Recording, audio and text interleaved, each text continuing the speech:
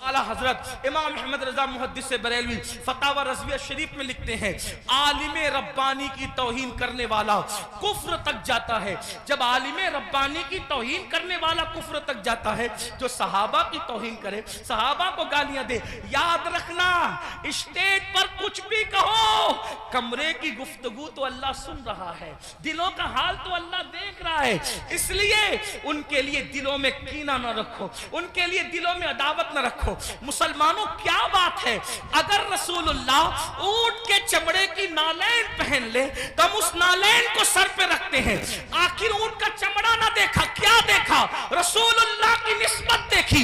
तो जब रसूलुल्लाह की निस्बत की वजह से ऊंट का चमड़ा सर पे रखा जाता है, तो रसूलुल्लाह की निस्बत की वजह से असहाबे मुस्तफा की ताज़ीम क्यों नहीं की जाती, उनका एहतराम क्यों नहीं किया जाता? लेकिन एक बात यह भी ख्याल रखना, एक तबका वो है कि अल्लाह अल्लाह जो सहाबा को हल्का जान रहा है, सहाबा की बेअदबी कर रहा है, कमरों में बैठ करके अपने मानने वालों को उनके खिलाफ कान भर रहा है। लेकिन दूसरा तबका वो भी नजर आ रहा है कि जब अहलुल बैत पर कोई गुफ्तगू होती है तो फिर उसका मुंह उतरता है कि ये अहले बैत की फजीलत पढ़ने वाला कोई राफजी तो नहीं हो गया।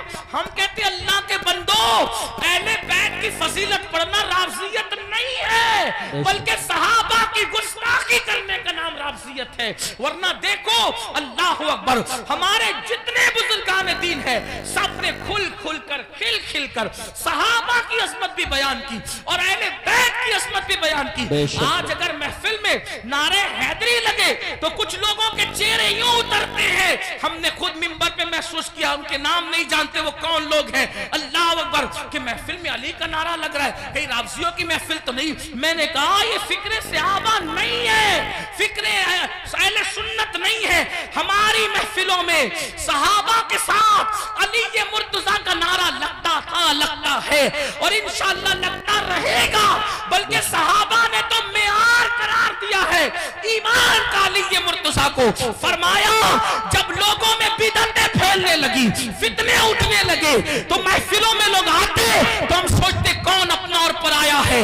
तो जब लोगों को छांटना चाहते, लोगों को तकसीम करना चाहते, अपने और पराये का फर्क क्या है, तो हम जिक्र अली करने लगते।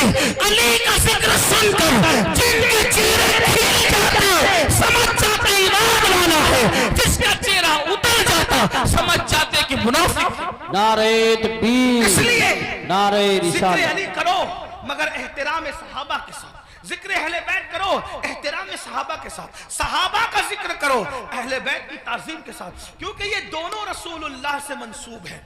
बल्कि यूं कह ले, हुजूर के इर्द गिर्द सितारे गर्दिश कर रहे, जो गर्दिश घर के अंदर कर रहे उनको अहले बैत कहते हैं, और जो घर के बाहर कर रहे उनको सहाबा कहते हैं। हुजूर की निस्बत का ख्याल करो।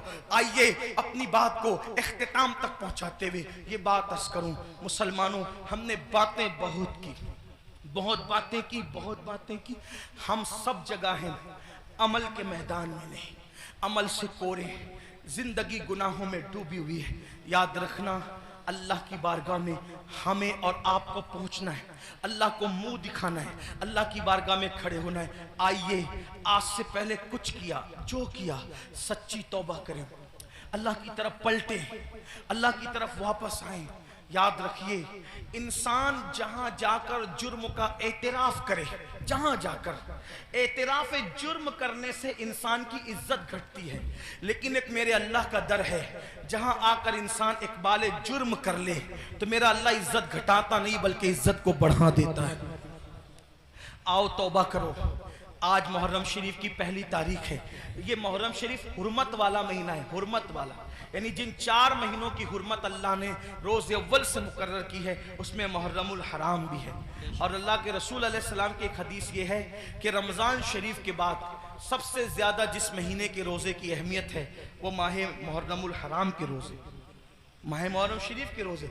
इन दिनों को खुराफात बिदात में गुजारने की बजाय इबादत में गुजार, हो सके तो ये तय कर लो कि रोजाना मैंने नबी और आले नबी पर 1000 बार दुरूद शरीफ पढ़ना है।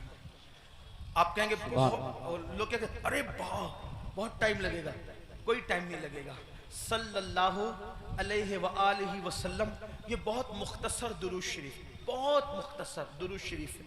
अगर इस दुरूद शरीफ को आपने पढ़ा 1000 बार, सिर्फ 20 मिनट का टाइम लगेगा। 20 मिनट दुरूद शरीफ पढ़ो। उसके बाद जैसा कि आपने पहले भी सुना, सदका दो, खैरात दो। और एक बात आपको कहूँ, इसको भी ध्यान से, कि जो हम खुराफात पर और बिदात पर पैसा खर्चा करते हैं, उस पैसे को उठा के आप वो सादात किराम जो मालदार नहीं है उन पे खर्चा करो, वो उलमाए किराम जो मालदार नहीं उन पे खर्चा करो। इससे क्या हो? खुराफात और बिदात के बारे में तवज्जो करना। दो ग्रुप है, एक ग्रुप कहता है जायज, एक ग्रुप कहता है नाजायज। जो ग्रुप जायज कहता है वो भी सिर्फ जायज ही कहता है, ना फर्ज कहता है, ना वाजिब कहता है, ना सुन्नत कहता है, नहीं कहता ना। जो जायज साबित भी कर ले खुराफात को तो सिर्फ जायज ही कह सकेगा, फर्ज नहीं कह सकेगा, वाजिब नहीं कह सकेगा। लेकिन भाइयों, अपने मुसलमान भाई की मदद करना तो अल्लाह ने हम पे फर्ज किया है। बल्कि यहां तक फरमाया कि जब तक तुम अपने मुसलमान भाई की मदद करते रहोगे अल्लाह तुम्हारी मदद करेगा। और आपको बताऊं, खास तौर पे सादात की खिदमत, वो जो मालदार नहीं है, मुस्तहिक हैं, ये नहीं कहता गरीब हैं, मेरे अंदर इतनी हिम्मत नहीं कि मैं किसी सैयद को गरीब कहूं, लेकिन सादात जो मालदार नहीं है, मालदार अगर आप उनकी खिदमत करें तो होगा क्या? 2-3 बातें सुन ले, बात खत्म करते। हजरत सैयदना अब्दुल्ला इब्ने मुबारक रदी अल्लाह ताला हज को जा रहे थे, हज का इरादा था, और हज के इरादे में आपने ये तय किया कि मैंने हज को जाना है। पूरी तैयारी हो गई, इरादा बन गया हज को जाना। अब्दुल्ला इब्ने मुबारक को पता चला कि मेरे पड़ोस में एक सैयद साहब रहते हैं और वो इस वक्त थोड़ा परेशान हाल है, हालात के सताए हुए और हालात के मारे हुए। तो उन्होंने सोचा कि पड़ोसी है, सैयद हैं, मैं उनके नाना के यहाँ जाऊं, मैं हज के लिए जाऊं और इनको भूखा प्यासा तड़पता बिलकता छोड़ के जाऊं। तो उन्होंने क्या किया, इस साल हज नहीं करेंगे, इंशाअल्लाह आइंदा फिर कभी देखेंगे। हज की पूरी रकम उठाकर उस सैयद साहब को दे दिया और उसके बाद आंसू पोंछते हुए, अब सब्र करते हुए रह गए। जब हज से काफिला वापस आया तो लोग मुलाकात करते थे, तो अब्दुल्ला इब्ने मुबारक लोगों को कहते थे मुबारक हो हज। तो लोग भी कहते थे अब्दुल्ला आपको भी मुबारक हो, आपको भी मुबारक हो। हज़रत अब्दुल्ला इब्ने मुबारक सोचते, या अल्लाह मैं गया नहीं, लेकिन जो आता है मुझे हज की मुबारकबाद देता है। इसी फिक्र में थे, आंख लगी तो ख्वाब में गैब से निदा आई, कोई कहने वाला कहता है अब्दुल्ला इब्ने मुबारक, तूने मेरे नबी के शहजादे की मदद के लिए हज को मुलतवी कर दिया तो तेरी ये अदा इतनी पसंद आई कि हमने तेरा हम शक्ल एक फरिश्ता पैदा किया है जो क़यामत तक तेरी तरफ से हज करता रहेगा और उसका सवाब तुझे मिलता रहेगा। सुभान अल्लाह, सुभान इसलिए अल्लाह, इसलिए खुराफात की तरफ खर्च करने की बजाय अपने सादात जो मुस्तहिक है उनके लिए खर्च करो। ऐसे सादात हैं, मैंने कई जगह देखा, कोई सब्जी बेच रहा है, कोई ऑटो चला रहा है, कोई चाय बेच रहा है, उनके बच्चों की स्कूल की फीस नहीं है भरने के लिए, उनकी बच्चियों की शादी के लिए पैसे नहीं है। ये सारी चीजें मुसलमानों, हमें इसकी तरफ गौर, तरजीहात की तरफ गौर कीजिए, जहां खर्च करने का ज्यादा फायदा है उसकी तरफ। बल्कि इमाम अहले सुन्नत एक हदीस लिखते हैं, आइए उस हदीस को भी सुने। कहते हैं कि मेरे आका अलैहिस्सलाम ने फरमाया कि जिसने बनु हाशिम पर एहसान किया, उनकी खिदमत की, उनकी मदद की, आका फरमाते मुझ पर वाजिब और लाजिम है कि जिसने भी मेरी आल की खिदमत की, मदद की, नुसरत की, हिमायत की, मोहब्बत की, आका फरमाते मुझ पे वाजिब है, लाजिम है कि उसका सिला मैं उसको कयामत में दूंगा जब वो मुझसे मिलेगा।